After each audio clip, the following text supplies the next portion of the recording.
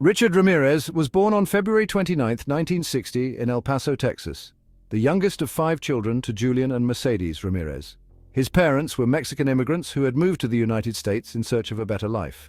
Julian worked on the railroads, a tough and demanding job, while Mercedes worked at a boot factory. The Ramirez family was devoutly Catholic and they lived in a modest home. From an early age, Richard was exposed to violence and trauma. His father had a fierce temper and would often take out his frustrations on his children. Richard, the youngest and smallest, bore the brunt of much of this anger. His mother, Mercedes, had worked in a factory during her pregnancy with Richard where she was exposed to chemical fumes, which many believe contributed to the physical and psychological problems that plagued Richard later in life. As a child, Richard suffered from epileptic seizures and struggled in school. He was quiet and withdrawn, often retreating into his own world. He was fascinated by horror movies and developed a morbid curiosity about death and violence. The most significant influence in Richard's life was his older cousin, Miguel "Micah" Ramirez. Mike was a decorated Green Beret who had served in Vietnam, but he returned from the war deeply scarred. Mike often boasted to Richard about the horrific acts he had committed during the war, including raping and torturing women. He even showed Richard photographs of his victims. These stories and images had a profound impact on the young boy, planting the seeds of what would later become a violent obsession. Mike also introduced Richard to drugs, specifically marijuana, which became a regular part of Richard's life.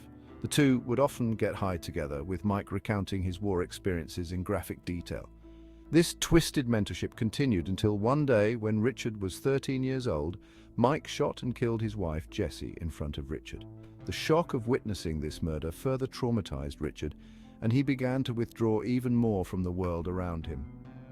As he entered his teenage years, Richard's behavior grew increasingly erratic.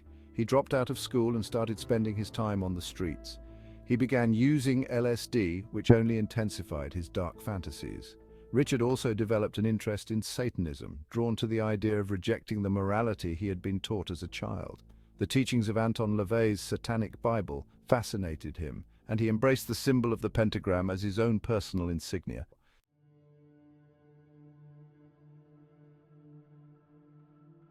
In the late 1970s, Richard Ramirez began to drift between Texas and California. Engaging in petty crimes like theft and burglary, he lived a transient lifestyle, sleeping in cars, abandoned buildings, or wherever he could find shelter. His drug addiction worsened, and he became more isolated from his family and society. During this period, Richard's fantasies of violence and murder began to take hold. He was no longer content with petty crimes. He wanted something more. He started stalking women, watching them from the shadows, imagining the terror he could inflict. His mind was consumed by thoughts of death, sex, and power, an intoxicating mix that would soon push him to take his first life. On April 10, 1984, Ramirez's fantasies became a reality. He broke into the home of May Leung, a 9-year-old girl in the Tenderloin district of San Francisco. Ramirez raped and brutally murdered the young girl, leaving her body hanging from a pipe in the basement of the building. This horrific act marked the beginning of Ramirez's descent into a life of monstrous violence.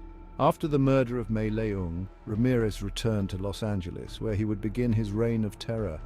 He felt invincible, emboldened by the thrill of taking a life. The media would later label him the Night Stalker, but in 1984 he was just getting started.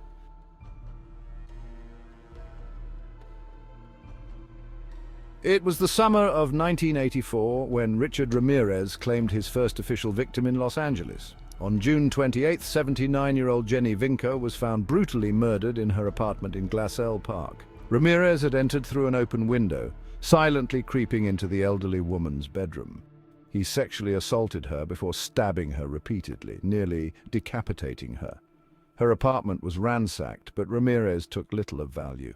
For him, the thrill was in the kill, not the theft. The murder shocked the local community, but at this point there was no indication that this was the work of a serial killer. The police were baffled, and the case quickly grew cold. For Ramirez, however, the murder was a turning point. It gave him a taste of the power and control he craved, and he knew he would kill again. Over the next few months, Ramirez continued to break into homes, stealing what he could and terrorizing his victims. He often stalked his prey for days, learning their routines and striking when they were most vulnerable. His preferred method was to enter through an unlocked door or window late at night when his victims were asleep. Ramirez's attacks were erratic and there was no clear pattern to his choice of victims. He targeted men and women, young and old, from different racial and socio-economic backgrounds. This randomness made it incredibly difficult for the police to track him. However, one thing remained consistent: the brutality of his crimes.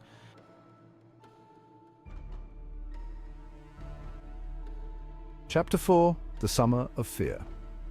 By March 1985, the Los Angeles area was gripped by fear. The Night Stalker had claimed multiple victims, and the police were no closer to catching him. His attacks were becoming more frequent and more violent, with some victims surviving to tell the tale. On March 17, 1985, Ramirez attacked Maria Hernandez and Dale Okazaki in their home in Rosemead. Maria managed to escape after being shot in the face thanks to her quick thinking and the fact that the bullet ricocheted off the keys she was holding. However, Dale was not as fortunate. Ramirez shot her in the head, killing her instantly. As he fled the scene, Ramirez encountered 30-year-old Tsai Lian Yu, whom he shot and killed as she was driving into her garage. These attacks sent shockwaves through the community. The police now knew they were dealing with a serial killer, but they had little to go on. Descriptions of the suspect varied, and the lack of a clear motive made it difficult to predict where he might strike next. Ramirez was fully aware of the fear he was instilling in the city. He reveled in it, feeling powerful and untouchable. He continued to kill, each time with more savagery than before. On March 27th, he murdered 64-year-old Vincent Zazara and his 44-year-old wife, Maxine. Vincent was shot in his sleep, but Maxine's death was particularly brutal. After shooting her, Ramirez mutilated her body, carving out her eyes and taking them with him as a macabre trophy. The discovery of the Zazara crime scene left even seasoned detectives horrified. The level of violence was unprecedented, and the satanic symbols Ramirez left behind further fueled the growing panic. The media dubbed him the Night Stalker, a name that would soon become synonymous with terror.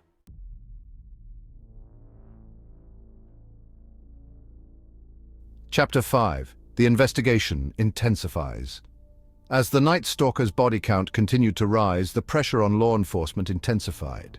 The LAPD, along with the FBI, formed a special task force to hunt down the killer. They were working around the clock, but Ramirez was always one step ahead.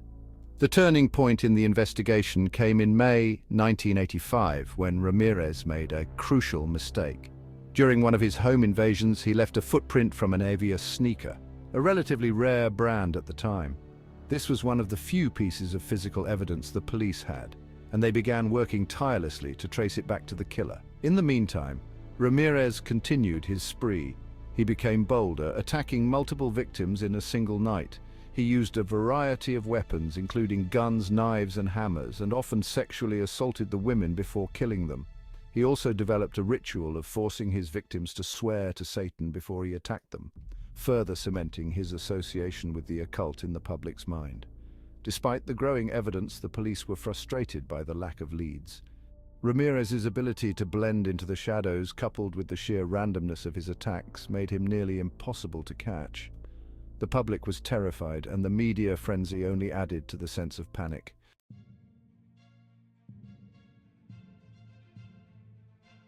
Chapter 6: The Breakthrough. The breakthrough in the Night Stalker case came in August 1985. After attacking Bill Carnes and Inez Erickson in their home in Mission Viejo, Ramirez fled the scene in a stolen car. However, Erickson survived and provided the police with a detailed description of Ramirez, including the car he was driving. The car, a stolen orange Toyota, was quickly located and impounded by the police. Inside, they found a critical piece of evidence: a fingerprint. With this fingerprint, the police were finally able to identify the Night Stalker as Richard Ramirez, a man with a long history of criminal activity. The authorities quickly released Ramirez's name and photograph to the public, hoping to track him down before he could strike again. The media coverage was intense, with Ramirez's face plastered on every news outlet. Los Angeles, which had been living in fear for over a year, was now on high alert.